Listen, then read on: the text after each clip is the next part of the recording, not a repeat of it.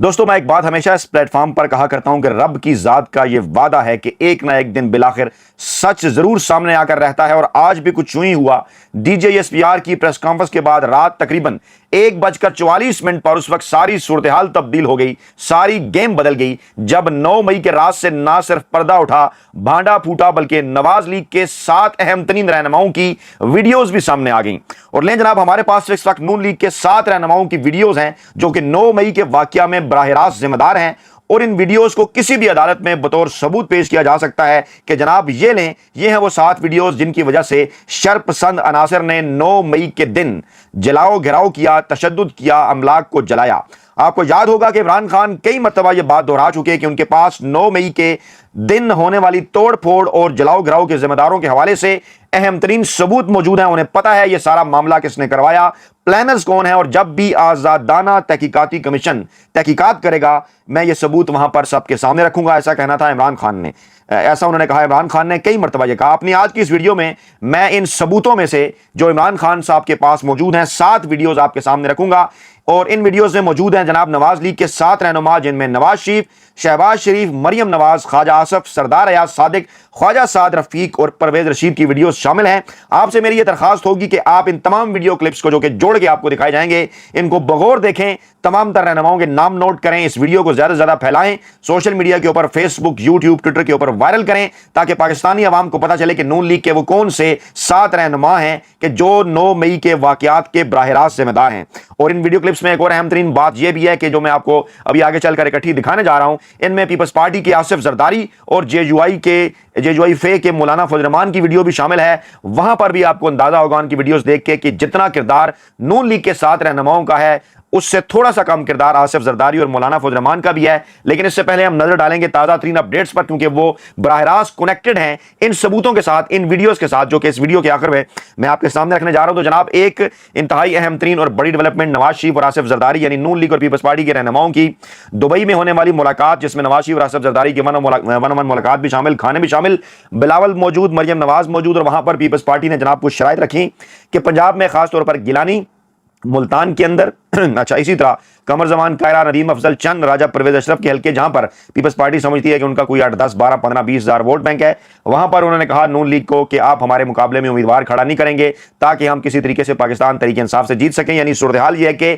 پاکستان تحریک انصاف کے رہنماؤں کو مکمل طور پر دیوار کے ساتھ لگائے جانے کے باوجود پاکستان کی تاریخ کے 75 برسوں کا سب سے ظالمانہ ترین کریک ڈاؤن کسی سیاسی جماعت کے خلاف کرنے کے باوجود، پاکستان کی 75 سالہ سیاسی تاریخ میں کسی بھی سیاسی جماعت کو توڑنے کے حوالے سے سب سے زیادہ بے ایمانہ اور ظالمانہ کوششوں کے باوجود پاکستان تحریک انصاف کا کیونکہ ووٹ بینک ہے انٹیکٹ، اور اسی وجہ سے پاکستان تحریک انصاف کے مخالفین، چاہے وہ پیپلز پارٹی ہیں یا نون لیگ ہے، وہ سہمے ہوئے ہیں اور کوششیں کر رہے ہیں کہ کسی نہ کسی طریقے سے عمران خان کا راستہ روکا جائے، عمران خان کے مقابلے میں 1 to 1 امیدوار کھڑے کیے جائیں۔ مولانا فضل الرحمان کو بھی منا رہے ہیں پیپلز پارٹی کے آصف زرداری، اور نواز شریف کو منا رہے ہیں، اور مقصد ان کا کیا ہے کہ جناب ہمارا ووٹ بینک تقسیم نہ ہو، ہم پی ڈی ایم کے اندر شامل ہوں یا نہ ہوں، لیکن پی ڈی ایم اگر ہے ہم اس کے اندر شامل ہونے کے لیے تیار ہیں، اگر ہم اس کو انتخابی اتحاد کے اندر بدلتے ہیں، اور الیکشن جو کہ اکتوبر یا نومبر کے مہینے کے اندر اب ایکسپیکٹڈ ہے، اس میں ہم پاکستان تحریک انصاف کا 1 to 1 مقابلہ کرتے ہیں۔ یعنی ان تمام تر ظالمانہ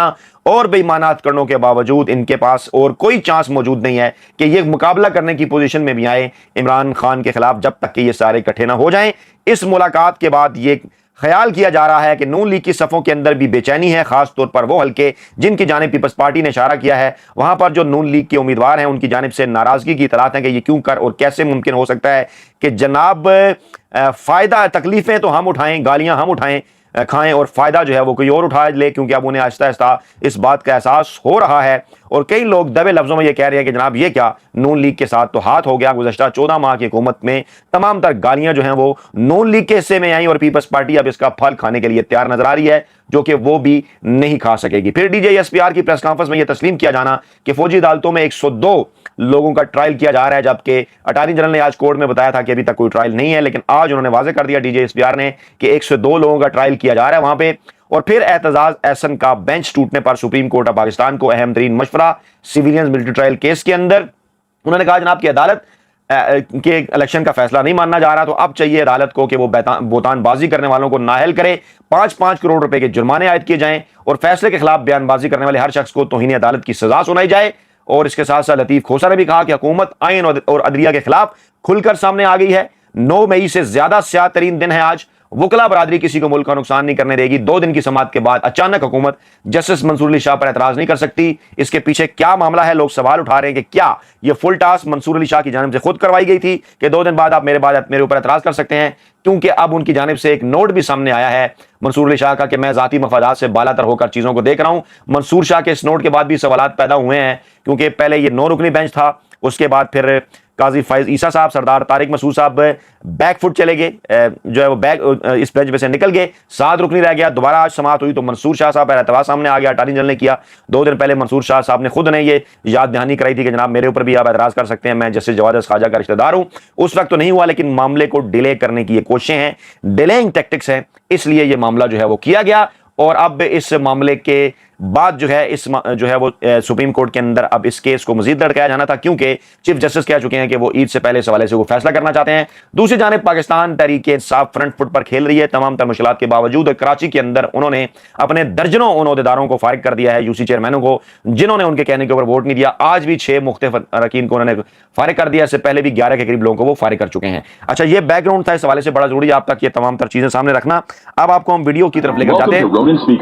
ویڈیو آپ کو دکھانا بڑا ضروری ہے, غور سے آپ نے سننی ہے کہ آخرکار جو ہے وہ ثبوت کیا ہیں جو اہم ترین سامنے آئے ہیں, اور نون لیگ کے وہ کون سے 7 رہنما ہیں جو واضح طور پر ان ویڈیوز کی روشنی میں یہ کہا جا سکتا ہے کہ ان تمام تر معاملات کے اندر ملوث ہیں. یہ تقریباً 8 منٹ کی ویڈیو ہے. بڑے غور سے ساری ویڈیو آپ نے دیکھنی ہے, پیار اور محبت سے, تفصیل کے ساتھ, تاکہ آپ کے سامنے ساری صورتحال آئے. پھر آگے چل کر آخری منٹ کے اندر اس کے اوپر بات بھی کرتے ہیں. پہلے یہ ویڈیو دیکھیں غور سے. چھوڑ دو. اگر ہم نے آپ کی شروع کی تو پتہ نہیں پاکستان بننے سے آج تک کتنے جنرلوں کی شروع ہو جائے گی. اور یہ ہمارے آپ نے 3 سال رہنا ہے, اس کے بعد آپ نے چلے جانا ہے, ہمیشہ کے لیے ہم نے رہنا ہے. تو ہمیں مت تنگ کرو. اگر ہمیں تنگ کرنے کی کوشش کی تو ہم آپ کی بھی انشین بجا دیں گے.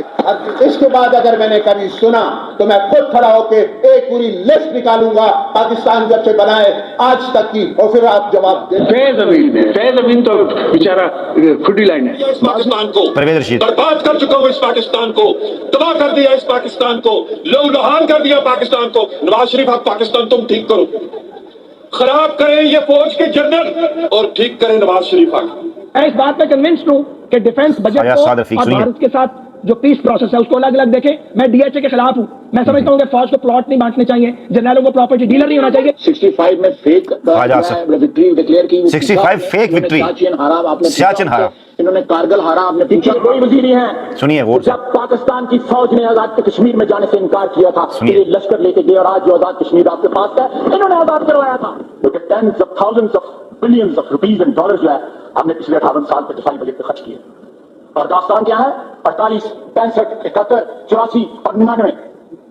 3000 کے مشن جو ہے اس ملک کے نمائندوں کا اگر بٹھا دیں اور ان 5 جنگوں کی انکوائری کروائیں تو کسی بھی شخص میں ایک رتی پر بھی جو سیلف ریسپیکٹ ہوگا تو اس کا سر جو ہے جھک جائے گا. لیکن آج بھی یہ پوری امپیونٹی کے ساتھ اپنا سینہ چوڑا کر کے ڈیفنس بجٹ کو کلیم کر رہے ہیں اور مانگ رہے ہیں قوم سے. قوم کی ہڈیوں سے گوشت تک جو ہے انہوں نے نچوڑ لیا ہے اور اتار لیا ہے. مجھے یاد ہے شاہ محمود قریشی صاحب اس میٹنگ میں تھے جس میں پرائم منسٹر صاحب نے آنے سے انکار کر دیا اور چیف آف آرمی صاحب تشریف لائے. پیر کانپ رہے تھے, پسینے ماتھے پہ تھے. پاکستان آپ نے اپنا پیٹ کاٹ کر جس فوج کو مارا ہے, جو فوج کو ہیلی کاپٹر لے کے دیے ہیں, جو فوج کو ہمیں ہوائی جہاز